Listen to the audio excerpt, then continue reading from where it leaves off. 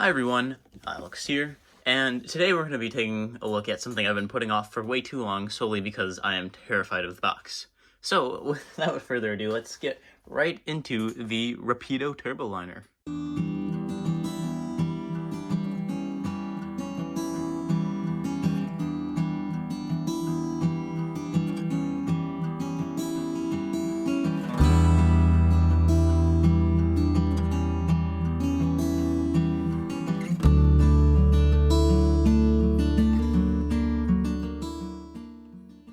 So, starting off, we're just going to be looking at the demonstrator unit. This is only a 2-pack with number 154 and 158. I have not taken a look at either of these. I also have the Phase 3 Early Scheme 5-pack, which is what we'll be running at the layout. But for space purposes, at the workshop bench right here, we're just going to be taking a look at the 2-pack because I'm assuming details are going to be similar. The only thing we don't get is the middle coaches. But, you know, we still have the 2 end units, so it's nice to look at.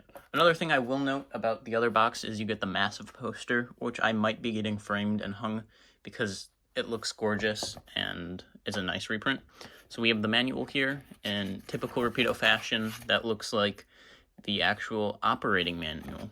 I really do enjoy these, like I've said before. So we got a whole bunch of everything with their Canadian wit I love so much. It's very amusing. We have functions, if you want to take a look at that. Doppler horn, F5, we'll be taking a look at that for sure. We have the parts sheet. More parts in the back. I have a foam pad. And, of course, the locomotive itself. Well, locomotives, I guess. I don't actually know if both are powered or what the situation is. Alright, this is very interesting. I've never seen foam like this before. All around, I like the packaging. And we got a sleeve, foam on either ends, which is to be expected. And then we have a very large sheet wrapping around the locomotive. And here, wow, we have the locomotive itself. This is a beautiful engine. I don't know much about these. We don't have front couplers, apparently, which is not surprising. I'm assuming that these got shipped on flat cars to get taken around if they were transported by rail and not actually in service. So we do have a fully kitted out interior, I'm assuming, with lights. These cars were capable of carrying passengers. They didn't need the add-ons, but you can have them and they look great in the Phase 3. No moving doors. We have, I guess, cab-mounted horn. We have some sort of vents up top, and I'm gonna have to grab the operating manual to determine what kind of lights they are, because I'm not sure. Okay, so, we'll take a look at the front first. We have, they look, yeah, separately applied windshield wipers. I don't know why that isn't focusing, I'm sorry. So we have separately applied windshield wipers, and we have a nose light and marker lights that work on either side. And then I'm assuming these are they're rear marker lights and then front marker lights maybe. I'm trying to figure out what I can find here. And then we have an emergency light up top. And not quite sure what these two are. I'm just assuming more marker lights. We have some separately applied, I guess, grabs right there, and then we have the vents and a whole bunch of details. I really do like this scheme.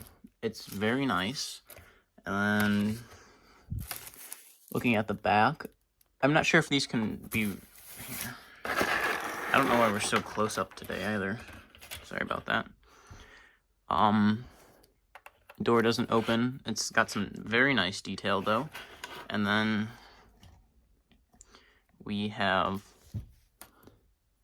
an interesting adapter that if we pull the other locomotive out, which I will do right now, we can see how that'll work. Pulling the other end out, it looks almost identical with the same underbody details as well. I'm sorry, we should look at those next. So we have an air compressor, air conditioning box, fuel tank with no gauges on this side or the other side. So I'm assuming these two are for air conditioning, and then we have some warnings. Danger, 600 volts, third track, third rail. All right, that's a cool little detail. But yeah, in the top of the box for the locomotive, well, for this one at least, I didn't check the other one, we have these two packs of couplers. One, I'm assuming these don't move, but then also it comes with knuckle couplers that we can put in. So obviously, I'm not going to be doing the knuckle couplers because these are going to just run together by themselves. So we'll be using these. And I'm assuming that we can just slide those in like so. And we have a coupling. So that wasn't bad at all. And let's get right over to the layout and see what these can do. All right, so contrary to the demonstrator kit, we have a lot bigger box, of course, but instead of being in the engine sleeves, we have 5 packs of a lot of detail pieces, like front windshield, side radiator vent, and a different radiator piece that were all in the bags, which are just slotted in the side above the light wand. So it confused me a little bit, but we found them. So I just wanted to say that before we get into the running, and I have to finish setting up this phase 3, so let's get right into that. All right, so over here at the layout, we have both of them out of the box. This one was a hassle to take out, but no, that's okay. I'm trying to figure out how to get this positioned. So just a bit of a side note, this is my intermodal area as well. I'm setting up. That'll be featured in a few things coming up, I hope. And here is the crap. This is the poster. And I don't know if you can see all of it. Sorry. But it's very nice. It's laminated. And I'm excited to do something with that. So, starting off, we'll go ahead and move demos, which I have yet to program, but I did program 154 set. So I'm gonna try and get a better nose view for everything working. So if we go ahead and hit F8, that'll be our startup.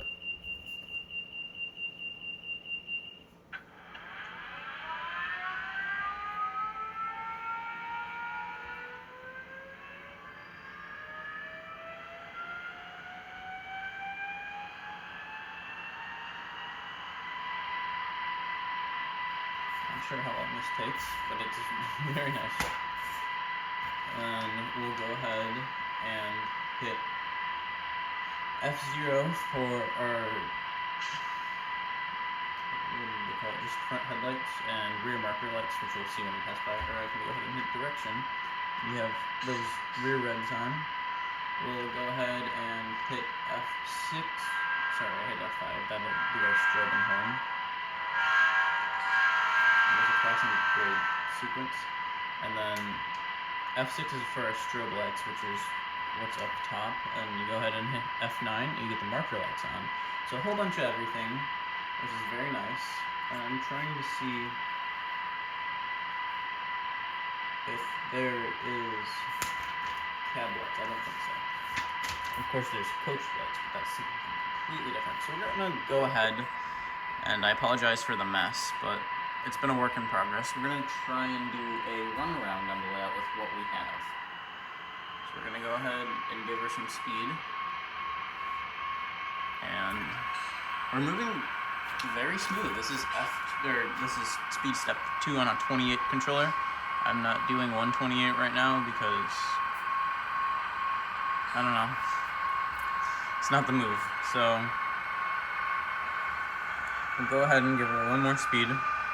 There's speakers in both ends, which is nice, and I hope, considering both powered. And then we'll go ahead and notch out of here. And then we'll get a good loop around. We'll give her some speed. I don't know how she's going to handle over the bridge, because that's a work in progress, if you know.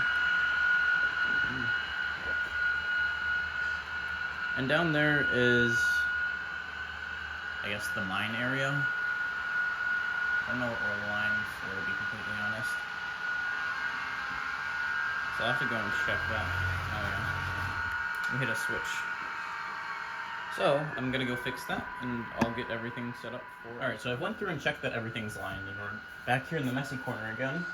But I'm gonna see if I can get a successful run around the layout. And of course we'll be watching it, and hopefully I can figure out some better cinematography for when we start running trains here. We're going through the tunnel. I'm not going to do any foreign shows or anything. Nothing fancy.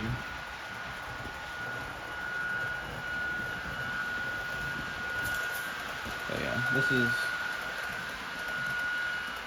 going through the yard. And we're all set, so I'll meet you guys at the next one. Everything's now properly set, and we're passing another articulated engine we have here on the layout, which is the New Haven Blue Comet? Yeah, the Comet, just the Comet. So we're going over the switch here, and we'll try and pan to the tunnel. It's kind of a mess over here because I haven't done any updates, but we are working on this mine area over here. And it's going pretty good, it's just very cluttery right now. So I'll see what all I can do for panning. Hopefully this goes smoothly. It's terrifying clearance, by the way. Because I had to fit 2 tracks through a single tunnel portal. And it looks like, oh, yeah. So I will go figure that out, and we'll continue running. Alright, sorry about that. It's hard to tell, but the paint can that's right here is what I was rubbing against, not the actual tunnel portal. So that saves me a lot of relief. So this is an awful shot, and that I apologize for. But we're making our way through. And so this building right here is going to be moved over. I know I shouldn't really be doing a layout review right now, but I'm very excited for what is to come on the layout. Yeah, there's a whole bunch of everything. There's SPAC 4400 that I hooked up to a 50 car cold drag that I was having fun running. So we'll go ahead and give her some speed. We're passing the town right now where the Everett Street Station will be. That's going to be a fun kit to build. And I'll go ahead and move us to the next spot. Alright, so this should be the last spot I have to move us to. We are running through the yard right now. I hope everything's lined for us. So I'm just excited to see how this goes, because I don't get to run anything for us to go through. Alright, so that curve doesn't really like passenger trains that are articulated, but I hope everyone enjoyed this. It's been a fun time running the train, and I'll see you guys eventually.